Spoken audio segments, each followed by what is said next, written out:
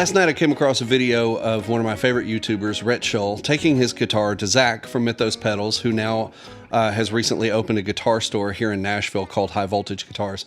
And Rhett decided he wanted to do a pickup swap and some swapping around on the pots, just to get some more clarity out of the guitar, because it's pretty well known that stock Gibson pickups, for the most part, are pretty dark. I wouldn't say lifeless, but for a pro player, they're not, top tier pickups. So it's pretty common practice, especially for a lot of the players that I know here in Nashville, to swap pickups on stuff. You get a new Tele, new pickups. You get a new Strat, probably going to put some new pickups in it.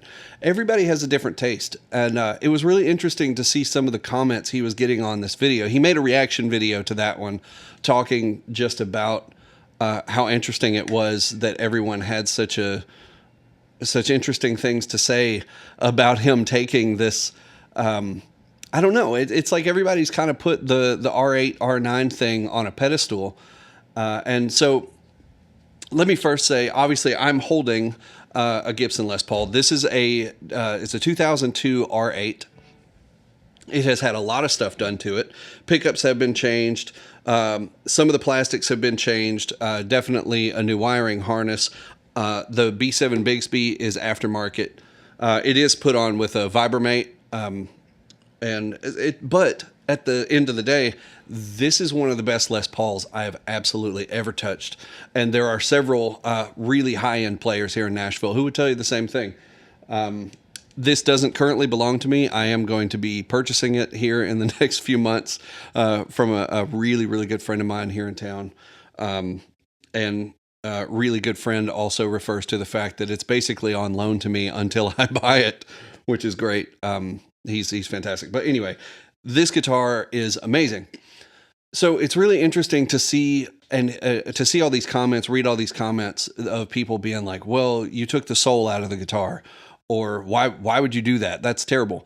Because, and this is where it gets interesting, no one says that about Fenders, and maybe not all Fenders. If you start getting into the vintage market and you start pulling things apart and replacing stuff, people are like, oh, hold up a second. But aside from that, when you're talking about a new guitar, it's a new guitar. And not only that, it's a new guitar that belongs to somebody else.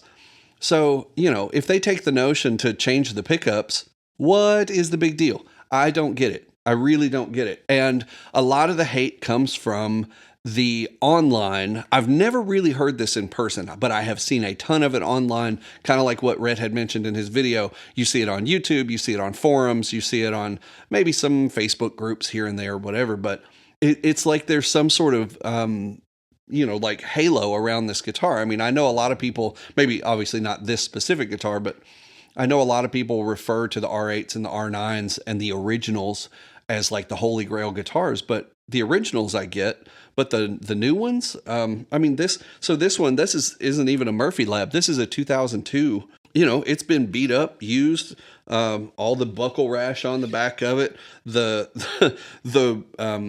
stain is worn out on it. There's a couple places where it's red, but that's the great thing about high-end guitars in the hands of professionals, is they get beat up. It's like buying a Ferrari and parking it in your garage. That doesn't make any sense. Why did you even buy it if you're not going to use it?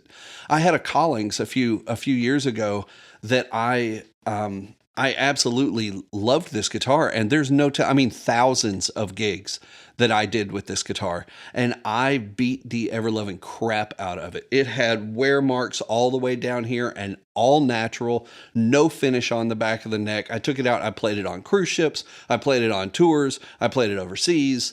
I did it on sessions. I just wore that guitar out, and it was beautiful because it was all natural. You just beat it up. I wouldn't go beating up a guitar and relicking it on purpose, but I do like relics that are done like that, from the fact they're intentionally done like that. If somebody took their time to make a finish gorgeous like that, that's a great finish. I don't know why anybody would want to take that after someone took the time to make it look this way and just make it look old and scratch it up and put weather checking on it and whatever. But either way, you do what you want with your guitar. It's your guitar. If you want to take this guitar and do that to it, by all means, Go ahead. It doesn't belong to me. This one, however, will very soon, like I said. So I love it just the way it is. I might take the Bigsby off at some point and put the wrap tail, the stop tail back on and call it a day for a while. But I am a big fan of having the Bigsby on there. I use it pretty frequently. But all of that being said, it's interesting to see a lot of the keyboard warriors and hear what they have to say about somebody else's stuff. At the end of the day, if you're a new player and you haven't been influenced by all the crazies online yet, don't allow yourself to be. Don't listen to all that stuff. This is your thing. Make it yours. If you buy a guitar and you want to paint it pink, paint it pink. Who cares? It belongs to you. I personally, I don't think I'd like this guitar anywhere near as much as I do without all of the modifications that it's had. So, to say that something was better from the factory or you should have left it that way, that's a very inexperienced way of thinking. If you're saying that, you probably don't know half of what you're talking about. You might think you do, but I promise you don't. Because you've never been in a situation where you're sitting in the studio and you pull that Les Paul out or you pull that guitar out and it's not quite what you needed. You might love the guitar, the way that it feels, the weight of it, the resonance or whatever, but there's something not quite right. So what's the first thing you do? You change the pots. Second thing, if the pots didn't work, you change the pickups. It's pretty simple, straightforward. Like it's kind of almost common sense, to be quite honest. So to hear anybody say anything opposite of that is just the weirdest thing that I've ever heard. And I will never understand other people's opinions on what you're doing with your own stuff. That being said, Rhett, I hope you're enjoying your guitar the way it is now. Zach did a fantastic job with that. I love how meticulous he was with every little detail. And I need to go visit High Voltage Guitars myself. This wasn't technically a plug for them, but I need to get down there and see those guys. So anyway, if you're in Nashville, go see Zach over at High Voltage. And if you don't know who Rhett Shull is, go check him out. He's got some phenomenal videos on subjects about guitar across the board. So it doesn't matter what it is. He's probably made a video about it. So hit subscribe if you like this video, and I will see you guys soon.